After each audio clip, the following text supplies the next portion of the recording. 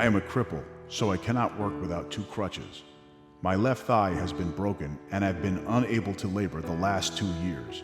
All my property consists of the large iron kettle, $1, 5 old chairs, 84 cents, 1 guest chair, 50 cents, a little crockery, $2, 2 kettles, $3, 1 6-quart pot, 50 cents. These are the words of Robin Starr, a black Revolutionary War veteran 37 years after the war. Soldiers like Starr sacrificed a great deal for the idea of an independent nation, one in whose prosperity they thought they would share. Starr, whose birth name is no longer known, was born in Africa, kidnapped, and shipped across the Atlantic Ocean through the Middle Passage. This was a grueling and often fatal trip that millions of enslaved Africans endured. Starr was brought to Danbury, Connecticut, and was sold to the Starr family.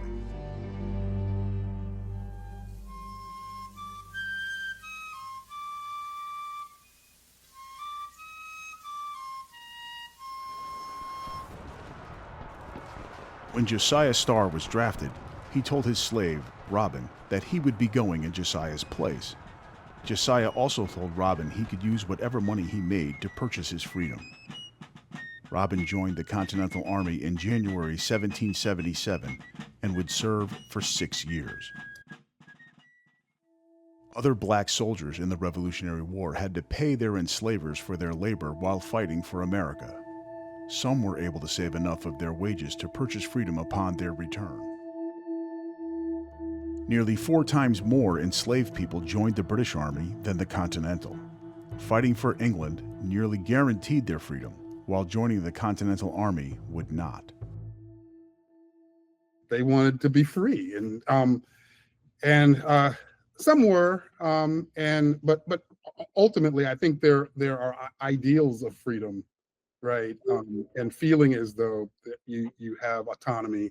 And so I think that just drew many of them to join with the British.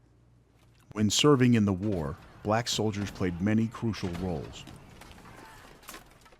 They've always been in this country's wars and have always been part of the process of this country, even though they were denied basic citizen rights. Starr fought in 7 battles. In autumn of 1776, he was heavily engaged at the Battle of Lake Champlain, where a small fleet of American ships, led by Benedict Arnold, met the British. The American ships endured hours of British fire. The combat only ended when darkness fell. There were many casualties on the American side, and Robin found himself injured. As his fellow soldiers carried him to safety, did he wonder how much more blood he would lose in the name of his country? Would this cause serve him as he served it?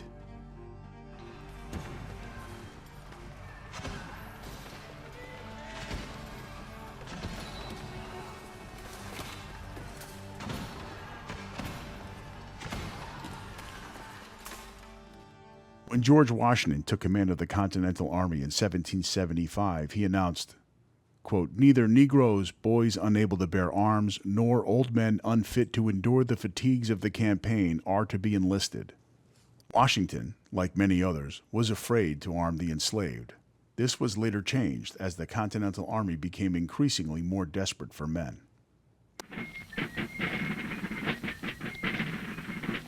The decisive victory at Yorktown shattered British political will and led directly to the 1783 treaty recognizing American independence. Starr was awarded the Badge of Military Merit by George Washington for his long service and loyalty. Across the battle lines, those black men who fought for the British were given their freedom. But many, like Starr, who had fought on the side of freedom and liberty, were told that they would need to return to enslavement. Starr, a decorated veteran, serving since the first year of the war, was faced with the possibility of returning to Danbury and servitude under Josiah Starr. However, during his service, he had saved money and with this he was able to purchase his freedom. This was not the case, however, for a number of veterans who had to return to slavery. So why did any of them fight for the Continental Army? Were they driven by a passion for freedom and American patriotism, or were they simply out of options? The people in that army, whether they are of color or not, are the people with the fewest options in their own home communities, as is often the case, right? So in some cases, enslaved men were given the opportunity to receive their freedom, and in some cases not. And in Connecticut, we have cases of both. Beyond that, there may be ones that were quite similar to what some of the poorer white soldiers' motivations were. A suit of clothes made of wool and some employment, even though it was $6 and 2/3 of a dollar a month, might have looked better than what their economic prospects were at home. It seemed that this new democratic society would leave them behind. There's a gap between who's actually considered part of this this ideal of a democratic society. Like, who's really part of it? Like, they were clearly kind of outside the context, right? And so it's my belief that there's obviously going to be some differences in how those individuals are going to be treated societally in their communities when they come back home. Even once enslaved veterans had bought their personal freedom, they were not truly independent.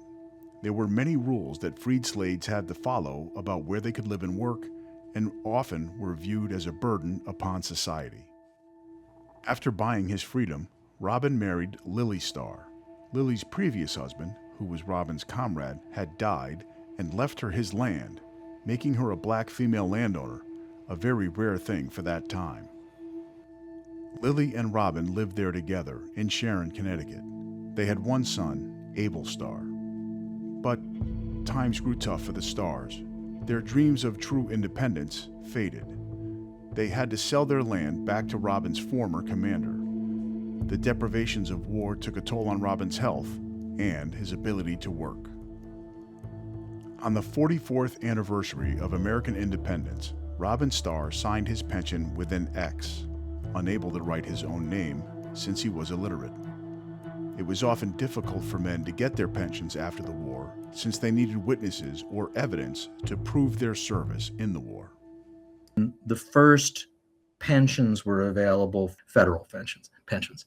And for those, you had to prove that you had served at least 9 months in the Continental Army or Navy. They weren't giving any militiamen pensions at that time, or privateers, and that you weren't a drunk, and that you were destitute. Robin Starr died in 1832, a few months after William Lloyd Garrison began publishing The Liberator, the nation's foremost abolition newspaper. Garrison's fiery rhetoric of the evils of slavery would push the nation toward another conflict, this time state against state. The Civil War would sweep up the grandchildren of Robin and Lily Starr. Louis, Josiah, and Charles Starr served in the Civil War. Charles died in the war, while Josiah and Louis were both wounded and discharged. Did they serve in the Civil War to try to share freedom with all? To follow in Robin's footsteps? Or did they enlist for the economic opportunity the war presented? You hear Josiah being mentioned and his brother. They always revert back to Robin.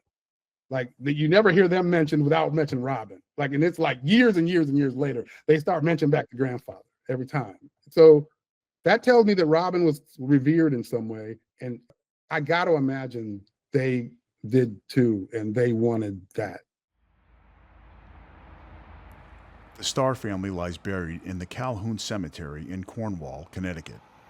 However, Starr, a Revolutionary War veteran who was awarded the Badge of Military Merit, had no gravestone until 2026, when students from the Cornwall Consolidated School and historian John Mills advocated to honor him with a gravestone. As I was going through the process of acquiring a cenotaph headstone for him to be installed at Calhoun Cemetery, I knew that he had been given that badge of merit. And I knew that there was record of 3 other individuals that also had something that was called a badge of merit. The VA didn't believe that was the case. So they asked me to send proof. And so I sent them the land records that listed. And they eventually agreed to put that on his cenotaph. But they said they believed that was something different than the badge of merit that the white men received. Now, I don't know what the basis for their response that way is. Either there's an understanding that heroism and service at that time for an African American had its own limitations of what you could be credited for, and thus the historians at the VA, understanding the time, recognized that can't be.